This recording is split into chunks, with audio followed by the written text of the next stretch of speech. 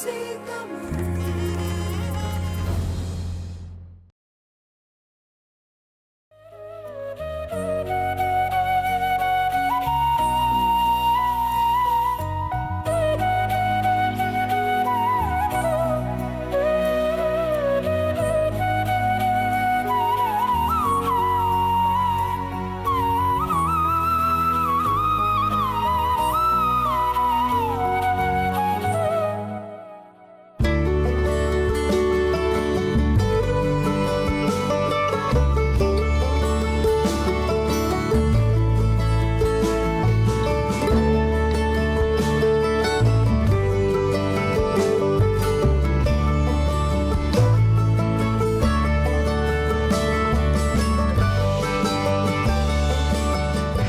நேர்களே, நாள்தோறும் நல்ல பல விடயங்களோடு உங்கள் இல்ல வாயில்கள் நாடி வருகிற வணக்கம் தாய்நாடு நிகழ்ச்சி இன்றைய தினமும் உங்களை சந்திக்கிறது.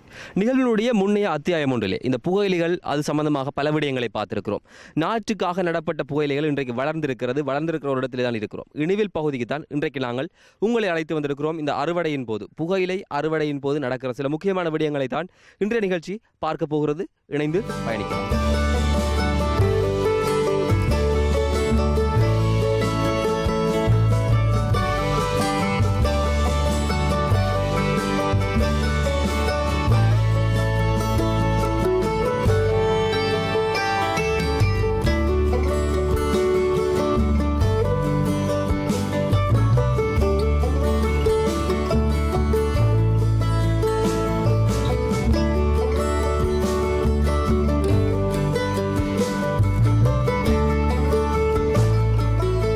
நிகழ்வினுடைய முன்னே ஒரு அத்தியாயத்தில் இந்த புகையிலை பயிரிடுதல், இந்த புகையிலை நாற்றுகள் நடுவது சம்பந்தமாக நாங்கள் பார்த்திருக்கிறோம். இன்றைக்கு அந்த புகையிலைகள் வளர்ந்து இன்றைக்கு அறுவடைக்கு தயாராகி அறுவடையும் செய்யப்பட்டு கொண்டிருக்கிறது. அப்படிப்பட்ட ஒரு இடத்துல தான் நிற்கிறோம். வணக்கம் ஐயா, நீங்கள் என்ன செய்யறீங்க? நாங்கள் புகையிலை ஜீவி கொண்டு இல்லை, வளமையாக நாங்கள் பார்க்கிற புகையிலை மற்ற மாதிரி தான் பட்டுவார்கள். நீங்கள் இப்படி வெட்டுறது காரணம்? இது நாங்கள் புகையில தூக்கி புகை வைக்கிறது. புகையில தூக்குறது குடில்ல தூக்கி புகை வைக்கிறது கீழே. எதற்காக நீங்கள் இப்படி இந்த வழியை மற்றாக்கெல்லாம் இந்த இலையத்தான் வெட்டுவீங்க, நீங்கள் தண்டோட சேர்த்து வெட்டுறீங்க? நாங்கள் தண்டோட வெட்டினா புகையில பார்வை கூடாண்ட பிரச்சனை. காம்பு வண்டி பார்வை. இதில் என்ன எத்தனை வகை இருக்கு ஐயா? இதில் 2 வகை இருக்கு. பெரிய எத்தனை வகை? 3 வகை. என்ன தெரிவு, கட்டத்தெரிவு, கொஞ்சம் கட்டாச்சி விலன். இது எத்தனை நாள் பயிர்? இது 90 நாள் வேறு. என்னங்க 90 நாள். எத்தனை தண்ணி கட்டணும், எத்தனை தண்ணி பார்க்கணும்? 10 நாள் தண்ணி பார்க்கணும், 20 தண்ணி கட்டணும். எதுக்கு இந்த தோட்டத்தில் எத்தனை கண்டு இருக்குது? இப்போ இதில் இப்போ 2500 மேலே கிடக்கு. இது வெட்டினோட இந்த எல்லா வேலையும் முடிஞ்சுதா? இதுக்கு பிறகு ஏதாவது செய்யணுமா புகையிலைக்கு? இதுக்கு புகையிலைக்கு வாடை விட வேணும். வாடை விட்டு அரட்டி கிடங்கில் போட்டு அவிய பண்ணி ஊரை போட்டு தூக்கணும். கூட இல்லை தூக்கி கீழே கொச்சி மலடிக்கு புகைக்கு அவிட்டு பாடம் வாங்குறேன். இது இப்போ வெட்டினா பிறகு இனிமேல் எவ்வளோ காலம் எடுக்கும் இது விற்பனை போகிறதுக்கு? இது விற்பனை போகிறதுக்கு எப்படியும் 3 மாதம். 3 மாதம் எடுக்கும். 3 மாதம். 3 மாதம் பிறகு நீங்கள் தான் கொண்டு கடை கொடுப்பீங்களா, இல்லை யாரும் வந்து எடுப்பாங்களா? வியாபாரி வந்து எடுப்பேன். என்ன விலை போகும் ஒரு புகையில? எத்தனை தண்டு இலை வரும்? ஒரு புகையில ஒரு மரத்தில் எப்படியும் 12-13 இலை வரும். அதில் குறிக்கப்பட்ட ஒரு 5 தான் ஒரு மதியான விலைக்கு வரும். மற்றதெல்லாம் களைவு விலைக்கு தான். இது சாதம் என்ன விலை கொடுக்கலாம் நீங்கள் எதிர்பார்க்குறீங்க? என்ன புகையிலையோ? இந்த புகையில இந்த முறை சீர் கடன் ஏற்றத்தில் போய் கொண்டிருக்கு. புகையில தடை செய்கிற பிரச்சனையால் எல்லாரும் புகையிலையை கண்ட கூடுதலாக கையை விடணும் வியாபாரி மாதிரி. அதில் இந்த வருஷம் கொஞ்சம் கூடுதலான விலை போய்கொண்டிருக்கு. இந்த புகையில வரையக்க இன்னும் மார்க்கெட் போகணும்னு சொல்ல தெரியாது. இது புதுசு தானே. இப்போ வளர்ச்சி 40-50 ரூபாய்க்கு மேலே போய்கொண்டிருக்கு. இது புதுசென்ற வழியாக அப்புறம் 20-25 ரூபாய்க்குள்ளே தான் பார்க்கலாம். இடையில மழையெல்லாம் குழப்பின மாதிரியா பிரச்சனை இருக்கா? கடன் குழப்பம் இருக்கு. மழைகளால் தோட்டக்காரர் கடன் பிரச்சனையே. புயலக்கண்டால் மழை வந்தால் அது பாவிக்கு எடுக்க இல்லாத ஒரு பிரச்சனையாக இருந்தது. இப்போ மழை விட்டபடியாக கொஞ்சம் பாவினைக்கு எடுக்கக்கூடியதாக கிடக்கு. இப்போ நீங்கள் ஒரு நாளைக்கு இப்போ புயலை வெட்டி கொண்டு இருக்கீங்க. இப்போ ஒரு நாள் எவ்வளோ உங்களுக்கு சம்பளம் கிடைக்கும்? எங்களுக்கு ஒரு 1000-1500 சம்பளம் கிடைக்கும். இந்த புயலை நட்டா பிறகு எத்தனை நாளைக்கு உங்களுக்கு வேலை இருக்கும் தொடர்ந்து? இது புயலை நட்ட நாடகம் வெட்டி பாடத்துக்கு போகுதுக்கும் பேர் தான். 4 மாதம் 5 மாதம் வரையும் பேர் தான். அதுக்கப்புறம் நீங்கள் வேறு என்ன வேலைக்கெல்லாம் போவீங்க? இப்போ எந்த ஒரு கூலி வேலை தான். தோட்டம் பண்ணி செய்யல கூலி தானே. கூலி சொந்தமாக நீங்கள் தோட்டம் ஒன்றும் செய்யலையா? சொந்தமாக செய்கிற மாதிரி கொஞ்சம் என்ன வச்சுக்கிறீங்க பாங்க? அதுவும் புயல் கண்டு தான் எல்லாம் கொடுத்தாச்சு. நட்ட உடனே விற்கிறதா இல்லை வளர்ந்த அப்புறம் தான் விற்பீங்களா? இப்படி வளர வேணும். இப்படி வளர்ந்து இந்த விளைச்சலை கண்டு தான் அதுக்கு நான் கொடுக்குறேன். என்ன விலை கிடைத்த இந்த முறை? இந்த முறை 100 ரூபாய் பதியாக கொடுத்தேன்.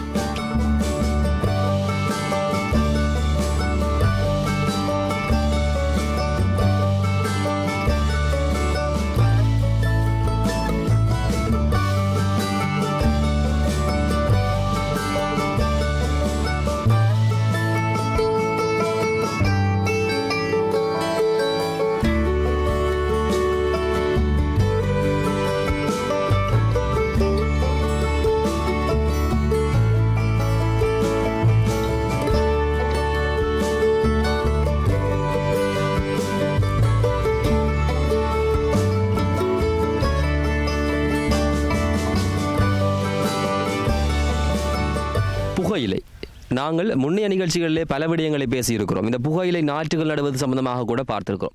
இலங்கையை பொறுத்தவரையிலே தேயிலை, தெங்கு பொருட்கள், ரப்பர் இவை எவ்வளவு வருமானம் பெற்று தருகிறதோ அதுபோல வடக்கிலும் குறிப்பாக யாழ்ப்பாணத்தை பொறுத்தவரையிலே இந்த புகையிலை, வெங்காயம், சின்ன வெங்காயம் இவைகள் தான் மிக அதிக கிராக்கியோடு இன்றைக்கும் பயிரிடப்பட்டு கொண்டிருக்கிறது. ஒரு புகையிலை எவ்வாறு பயிரிடப்படுகிறது என்பது பார்த்திருக்கிறோம். இன்றைக்கு நாங்கள் அறுவடை செய்கிற நிலையிலே இருக்கிறோம். எங்களோடு நித்யானந்தன் என்கிற ஒரு விவசாயி கூட இருக்கிறார். அவரோட பேசி பார்க்கலாம். வணக்கம் ஐயா. வணக்கம். வணக்கம். உங்களுக்கு எத்தனை வயசு? இப்போ எனக்கு 58 வயசு. 58 வயசாகிறது. எவ்வளவு காலம் நீங்கள் இந்த புகையிலை துறையிலே அனுபவம் இருக்கிறது? 30 வருஷம். 30 வருஷம் இருக்கு. இந்த முறை பயிரெல்லாம் எப்படி இருக்குது? பயிர்கள் பரவாயில்லையா, வானிலை தான் குளப்படி பண்ணி கொண்டு நிற்கிறது. இல்லாது எங்களுக்கு ஆண்டு பயிர்கள் பரவாயில்லை. ஆனால் வானிலை காரணமாகத்தான் இங்கே மக்கள் திண்டாட்டப்பட்டு கொண்டிருக்கிறோம். வானிலை என்கிற போது மழையா வெயிலையா ஒருவர்கள் குறிப்பிடுவார்கள். புகையிலைச்சியை பொறுத்தவரை அதிகமாக நான் அறிந்த வகையில் இந்த மழை தான் அதுக்கு பாதிப்பு பண்ணுவது. எந்த வகையில் இந்த மழை உங்களுடைய புகையிலைச்சியை பாதிக்கிறது? மழை வந்து உரிய காலத்தில் அது பயிற்சிய நேரம் வந்தால் அதில் நன்மை இருக்குது. அறுவடை நேரங்களில் நெல்லுகள் புயலக்கண்டுகளுக்கு வந்தால் பெரிய தாக்கம்தான் விவசாயிகளுக்கு ஆப்பிடும். இப்படியான பிரச்சனை இருக்காது. இப்போ நீங்கள் தோட்டத்தில் எத்தனை கண்டு வச்சுக்கிறீங்க? நான் ஒரு 15,000 கண்டு நட்டுருக்கிறோம். இப்போ எவ்வளோ நாட்டு நல்ல நெல் இருக்குது? இப்போ இல்லை, 15 நல்ல நெல்லில் இருக்குது. மழை தான் காரணமாக நிற்குது. ஒன்றும் செய்யலாம் கிடக்கு. இன்றைக்கு அறுவடை செய்கிற அளவுக்கு வந்துக்கிறது. இப்போ நீங்கள் 15,000 வந்து ஒன்று அறுவடை செய்வீங்களா இல்லை கொஞ்சம் கொஞ்சமாக பிரித்து தானே? 15 30 பொறிச்சு 30 நாள்லாம் அறுவடை செய்வோம். 30 நாள் அறுவடை செய்யக்குள்ள வந்து நீங்கள் நாட்டு நடக்குள்ளே வந்து அந்த அந்த ஒழுங்கி தான் நட்டுருப்பீங்களா? அந்த ஒழுங்கிலாம் நட்டு கொண்டு வருவோம். அறுவடைக்கு ஏற்ற மாதிரி தான் நட்டு கொண்டு வருவோம். இப்போ சீவல் காம்பு எல்லாம் வெட்டப்பட்டு இருக்கு. இப்போ இந்த சீவல் காம்பு எல்லாம் விற்கிறதுக்கு எவ்வளோ காலம் எடுக்கணும்? விற்கிறாண்டா எங்களுக்கு 6 மாதம் செல்லும். 6 மாதத்தாலாம் இதில் விற்கவோ என்னவும் செய்யலாம் விவசாயிகளுக்கு. புகையிலையை பொறுத்தவரை தரத்துக்கு ஏற்றபடி தான் விலைகள் மாறுபடுகிறது. புகையிலுடைய தரம் எதை வச்சு நிர்ணயிக்கப்படுது? தரம் வந்து மழை படாமல் நல்ல உலர்த்து நடந்ததுண்டா எந்த புயலையும் நல்ல நிலைக்கு வரும். ஆனால் வெயில் தான் எல்லாத்துக்கும் காரணம். வெயில் சரியாக இருக்குமா இருந்தால் எந்த புயலையும் நல்ல நிலைக்கு வரும்.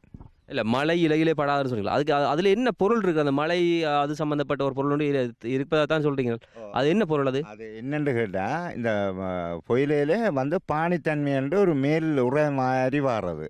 அந்த உரையை கழுவினா பேர்ந்து இலேன்ற தன்மை வந்து எங்களுக்கு பதத்துக்கு வராது. அதை பானி என்று சொல்லுவோம்.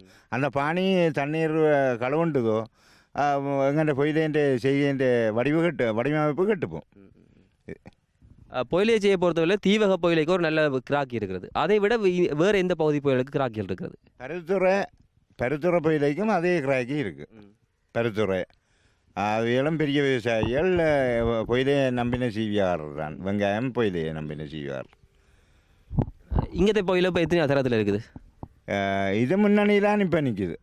இப்போ இந்த போன வருஷம் எல்லாம் முன்னணியிலான் நிற்குது. மற்ற வெள்ளை புயலை விட இதுதான் இப்போ முன்னணி வகுத்து கொண்டு நிற்குது.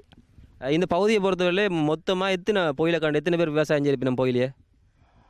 கிட்டத்தட்ட ஒரு 500 ஒரு 200 குடும்பம் விவசாய இதை நம்பின செய்வியம் தான். நீங்கள் புகையில மட்டும்தான் செய்வீங்களா? அப்போ புகையில வெட்டினது பிறகு வேறு ஏதாவது செய்வீங்களா? புயலை வெட்டின பிறகு பேருந்து தரையை பண்படுத்தி போட்டு வெங்காய நாற்று நடுவோம். சின்ன வெங்காயமா பெரிய வெங்காயமா? இப்போ சாதாரணமாக இணைவியில் பொறுத்தமட்டில் சின்ன வெங்காயம் பண்ணுறது சிறிய வெங்காயம். பெரிய வெங்காயம் பண்ணுறது வல்லாரியை தான் நாங்கள் இங்கே பெரிய வெங்காயம்னு சொல்லுறோம். ஆகலும் பெரிய பி வெங்காயத்தை இங்கே நாங்கள் நடுறது குறைவு இணைவியில் பொறுத்தமட்டில். ஏன் நீங்கள் அந்த நெல் அது சம்மந்தமான விவசாயங்கள் மரக்கறிகள் எல்லாம் செய்கிறது இல்லையா? மரக்கறி செய்து இங்கே சந்தைப்படுத்தல ஐயா. சந்தைப்படுத்தி இந்த செலவுக்கு கட்டாது. அதால் நாங்கள் இந்த பயிரோடையே 2 பயிரோட நிப்பாட்டி கொள்ளுறோம். அப்போ 2 பயிரோட நிப்பாட்டி கொள்றீங்க, வெங்காயமும் புகையிலையும். இந்த ரெண்டுமே உங்களுடைய வாழ்வாதாரத்தை ஒரு வருடத்தை அடுத்த முறை பயிர் செய்கிற வரைக்கும் உங்களுடைய நாளாந்த வாழ்வாதாரத்தை ஓடுவதற்கு போதுமாக இருக்கா? ஓ அப்போ போதுமாக காணும். ஆனால் சில்லறை வருமானம் செய்தால் நட்டம். நட்டத்திலான் நாங்கள் அதை கையை விட்ட நாங்கள் இல்லையாண்டா இனிய விவசாயிகள் முழுக்க இந்த சிறுபயிர் செய்யத்தான் விரும்பினவே. இப்போ அந்த செய்ய இயலாமல் கிடக்கு. அந்த சிலவுகளுக்கு கட்டுப்படிக்க ஆகுதில்லை. அதை விட சந்தைக்கு வாங்குற லாபம் போல கிடக்கு. 30 வருடமாக இந்த துறையில் நீங்கள் இருப்பதாக சொல்கிறீர்கள். இப்போ உங்களிடத்திலே மிகப்பெரிய ஏற்றம் ஒன்று வந்திருக்கும், எல்லாவிட்டால் மிகப்பெரிய நஷ்டம் ஒன்று நீங்கள் எதிர்நோக்கிறீர்கள். அப்படியான சம்பவங்கள் என்ன இருக்கிறது? அப்படியா இருக்கிறான்டா. இப்போ நாங்கள் எத்தனையோ கோடிக்கணக்கில் மாறி இந்த தொழிலை செய்து கொண்டு இருக்க மழை சம்பந்தமாக வந்ததுண்டா அந்த வருஷம் அவ்வளோதான் தாக்கம்தான். மழை இல்லைன்னு சொன்னால் எங்கள்ட வாழ்வுக்கு காணும். நம்பி ஒரு தொழிலை செய்கிற போது இவ்வளோ பெரிய நட்டம் பெறுகிற போது நீங்கள் சிந்திச்சதில்லை, இது என்ன வேலையப்பா இப்படி நட்டம் பெறுதுன்னு சொன்னால் விட்டுட்டு வேறு ஏதாவது செய்வோம்னு சொல்லி என்னைக்காவது யோசிச்சது இல்லையா? அப்படி செய்கிறாண்டா எங்களுக்கு கவர்மெண்ட் சரியான முறையில் பதிலளிக்குமா இருந்தால். கவர்மெண்ட் இப்போ நாங்கள் பொருளாதாரத்தில் வெங்காயத்தை நாங்கள் அறுவடை செய்கிற காலத்தில் நாங்கள் இதுகளை நம்பித்தான் இந்த விவசாயிகள் இருக்கிறது. ஆனால் விவசாயிகள் கவர்மெண்ட் என்ன செய்யுதுண்டா, நாங்கள் கொழும்பு விற்க போகிறோம்னு சொன்ன உடனே ஒரு 100 ரூபா விற்று கொண்டு இருக்க கிலோ அவன் 60 ரூபாய்க்கு சாமான இறக்கி விட்ட உடனே எங்கிட்ட இது 40 ரூபாவாக மாறுது. அதால் இஞ்சத்தையில் விவசாயம் நம்பி எங்களால் செய்யலாம் கிடக்கு. உள்ளதான் சொல்லணும்.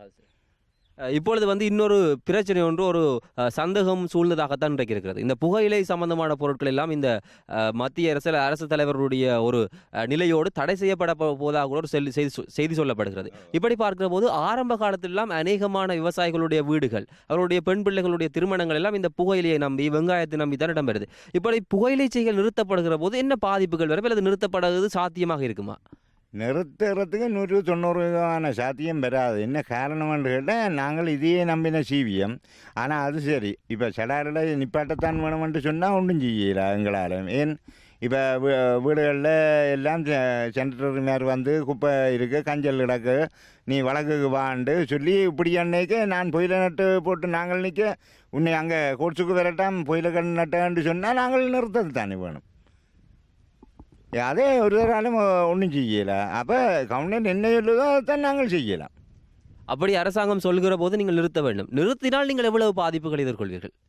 சாதாரணமாக விவசாயிகள் கடன் பாதிப்புக்கு உள்ளாகத்தான் வர வேண்டி வரும். கடுமையான தாக்கத்துக்கு தான் வர வேண்டி வரும். இதை நம்பி இப்போ சாதாரணமாக சிறுகை தொழில்கள் இதுகளெல்லாம் பாதிப்புக்கு தான் வரும். ஏனென்று கேட்டால் இப்போ புயல இதன்று சொல்லிக்க ஒரு விவசாயிகளோடு சேர்ந்து எத்தனையோ பேர் தொழிலாளிகள் உலக பாடுபடுறாங்க. அது அவைகளுக்கு அந்த உழைப்பில்லை. பேருந்து இந்த புயல உற்பத்தி எல்லாம் பெருகி நல்லா வரைக்கும் சுருட்டு தொழிலான்ற ஒரு பகுதி இருக்குது. அந்த பகுதியால் கிட்டத்தட்ட 190% ஜனம் இதை நம்பித்தான் ஜீவிக்கிறார். அப்போ அதுகளில் கொஞ்சம் பாதிப்புகள் வரும். தனியாக எங்களுக்கு விவசாயிகளுக்கு மட்டும் இல்லை, இதை நம்பின தொடுவை வியாபாரி எல்லாருக்கும் சகல நட்டகடு தான் வரும்.